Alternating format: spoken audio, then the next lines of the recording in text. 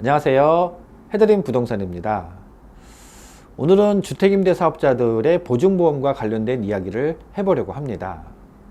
2020년 11월 27일 민간주택에 관한 특별법과 시행령에 공공지원 민간임대주택 사업자들도 보증보험 가입이 의무화된다, 이런 내용이 추가가 되었습니다. 원래 이 보증보험은 건설임대주택 사업자들에게는 이미 의무화가 되었었고 2020년 8월 18일부터 공공지원 민간임대주택 사업자들도 의무화 되었었던 내용입니다. 하지만 당시에 이미 임대차 계약을 한 등록주택에 대해서 소급 적용을 할 것인지 이 부분에 대해서 상당한 논쟁이 있었죠. 그래서 1년간 유예기간을 두었었습니다. 등록된 주택에 한해서 2021년 8월 18일 이후에 신규 계약분부터 이 보증보험 가입을 의무화시킨 것입니다. 그래서 이미 등록된 주택인데 올해 2년 임대차 계약을 하신 분들은 2년 후에 신규 계약을 하시면서 보증보험 가입을 하시면 되겠습니다. 이 보증보험은 크게 두 가지로 나눌 수가 있는데 전세보증 반환보험이라고 이미 여러분들 많이 들어보셨을 것 같아요. 이 보증보험은 임차인의 보증금을 지키기 위해서 직접 가입하는 보험이고요.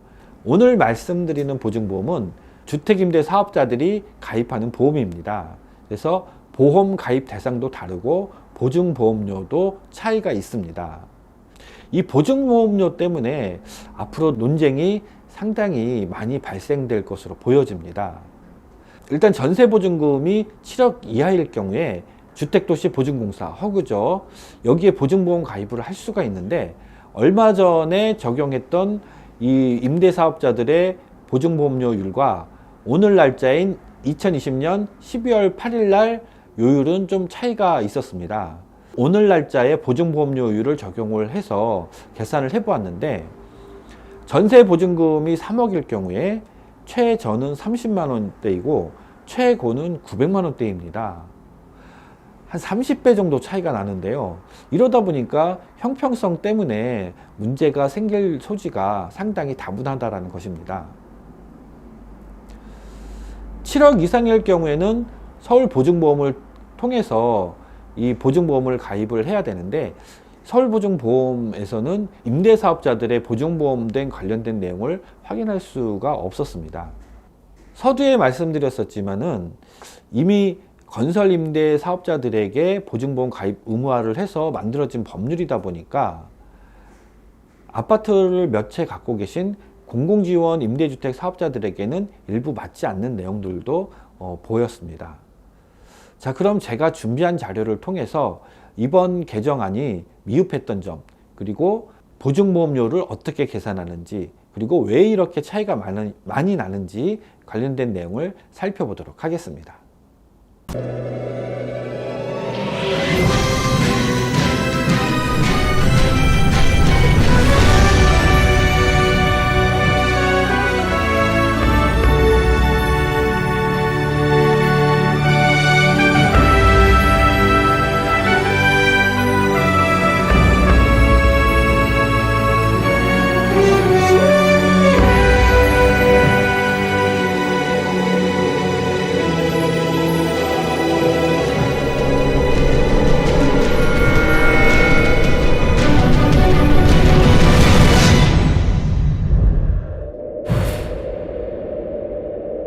민간 임대주택에 관한 특별법 시행령입니다. 제40조 보증수수료의 납부 방법. 자, 여기 1번을 보시면 보증수수료의 75%는 임대사업자가 부담하고 25%는 임차인이 부담할 것. 자, 여기까지는 좋은데 그 뒤 내용들이 좀 맞지가 않습니다. 자, 내용을 보시면 다만 임대사업자가 사용검사 전에 임차인을 모집하는 경우 임차인을 모집하는 날부터 사용검사를 받는 날까지의 보증수수료는 임대사업자가 전액 부담한다. 자, 공공지원 민간임대주택 사업자들 같은 경우에는 주택 임대가 되는 날부터 적용이 되는데 사용 승인이 되지 않은 상태에서 입주를 할 수가 없잖아요. 따라서 이 경우에는 임대사업자를 나누어서 구분해서 명기가 되어야 되지 않을까 생각이 듭니다. 그리고 두 번째 내용도 상당히 애매한데요. 보증수수료는 임대사업자가 납부할 것. 이 경우 임차인이 부담하는 보증수수료는 임대료에 포함하여 징수하되 임대료 납부 고지서에 그 내용을 명시하여야 한다. 이 월세 같은 경우에는 납부 고지서 명시 어떻게든 할 수 있을 것 같은데, 전세 같은 경우에는 임대료 납부 고지서라는 게 존재하지 않잖아요. 그래서 이 내용이 좀 애매하다, 이렇게 보는 항목입니다. 자, 다음에는 민간 임대주택에 관한 특별법입니다. 제49조 임대보증금에 대한 보증 내용입니다. 4번 항목을 보시면 제2호와 제3호 외의 민간 매입 임대주택, 이 항목이 이번에 새로 추가가 됐는데, 이 항목을 통해서 모든 임대주택이 보증보험을 가입해야 된다, 이렇게 개정이 된 것입니다. 이 항을 보시면 제1항에 따른 보증에 가입하는 경우 보증 대상은 임대보증금 전액으로 한다. 문제는 이제 3번 사망인데요. 사망을 읽어보겠습니다. 제2항에도 불구하고 다음 각 호에 모두 해당하는 경우에는 담보권이 설정된 금액과 임대보증금을 합한 금액에서 주택 가격의 100분의 60에 해당하는 금액을 뺀 금액 이상으로. 자, 이 문구가 상당히 좀 헷갈리게 하는 경우인데요. 각 호 중에서 2호를 보시면 임대사업자가 임대보증금보다 선순위인 제한물권 등을 해소한 경우, 이 법률 문구 그대로 해석을 한다면은 우리가 일반적으로 전세 임대차 계약을 하는 경우에는 선순위 제한물권이 없는 조건으로 하게 되죠. 보통 근저당이 없는 조건을 말씀드리는 건데요. 그렇다라고 한다면 주택가격의 60%에 해당하는 금액으로 전세 임대차 계약을 하게 되면은 보증보험 금액이 없잖아요. 그러니까 보증보험 가입을 하지 않아도 된다, 이런 얘기가 되겠죠. 그리고 또 월세 같은 경우에 근저당이 많지 않으면 주택가격의 60%를 넘지 않는 경우들이 많겠죠. 그래서 이 월세 같은 경우에도 그러면 보증보험 가입을 하지 않아도 된다, 이런 결론이 만들어지거든요.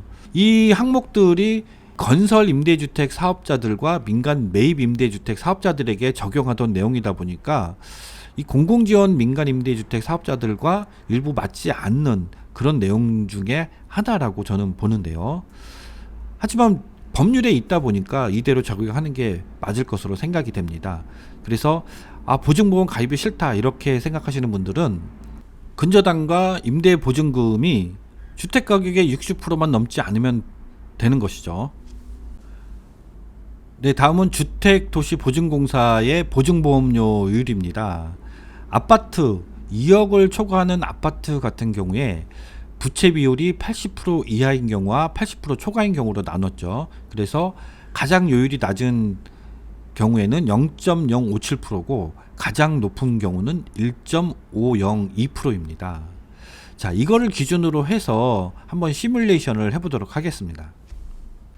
이 부채 비율은 선순위 채권 금액과 전세 보증금을 합한 금액에서 주택 가액으로 나눈 금액입니다.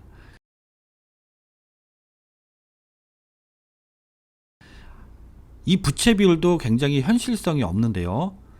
경희공사의 예를 들면은 현재 실거래 가격은 18억 정도 하는데 아파트 공시 가격은 11억에서 12억 사이입니다. 최근 전세 시세는 10억 정도 되기 때문에 실제 부채 비율은 100%가 넘는다는 얘기죠. 이 부채율이 80% 이하라는 얘기는 정말 현실과 거리가 아주 먼 경우일 확률이 높습니다. 하지만 주택임대 사업자 같은 경우에는 현 시세를 반영할 수가 없고 기존 보증금에서 5% 이상 초과할 수가 없기 때문에 이 부채 비율 80%를 넘지 않는 경우도 의외로 많다는 점이죠. 자, 어쨌든 제가 시뮬레이션을 해보았는데 부채 비율 80% 이하이고 신용등급이 제일 좋게 되는 경우에 보증보험료율은 0.057이 적용이 됩니다. 그래서 보증금 3억일 경우에 보통 2년 계약을 하니까 보증보험료가 34만 원이 나옵니다.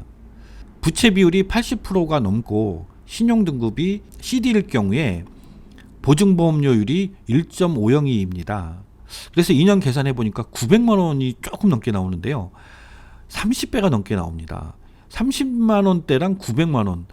여러분들은 어떻게 느끼시나요? 이거는 정말 뭔가 좀 잘못된 것 같은 그런 느낌이 괜히 그냥 듭니다. 그래서 이 부분 때문에 앞으로 좀 말들이 좀 많아질 것 같은데요. 여기서 임차인이 25%를 내야 되니까 어떤 임대인을 선택하느냐. 자, 이 부분에 있어서 임차인의 보증보험료도 결정이 되기 때문에 이거는 좀 문제가 있지 않나 이런 생각이 좀 듭니다. 임대사업자들의 보증보험료 가입 의무. 법 취지는 어떤 면에서는 좋을 수가 있겠는데 법률이라는 것이 문장 한 개만 추가를 한다거나 일부 문구만 조정을 해서 완벽하게 만들어지는 게 아니고 이 관련 법률 아니면 관련 항목들 이런 부분들과 조화를 이루어내야 되는데 좀 미흡한 부분들이 일부 보인다라는 점이죠. 자, 어쨌든 2021년 8월 18일부터 신규 계약분에 대해서는 공공지원 민간임대주택 사업자들도 모두 보증보험 가입을 해야 합니다. 보증보험료를 아끼기 위해서는 신용등급을 잘 유지하셔야 되겠고요. 60% 이하로 근저당과 임대차 보증금을 맞추어 나간다고 하면은 보증보험 가입을 하지 않을 수도 있잖아요. 제가 오늘 준비한 자료는 여기까지고요. 저는 또 다음에 다른 자료를 가지고 찾아뵙도록 하겠습니다. 고맙습니다.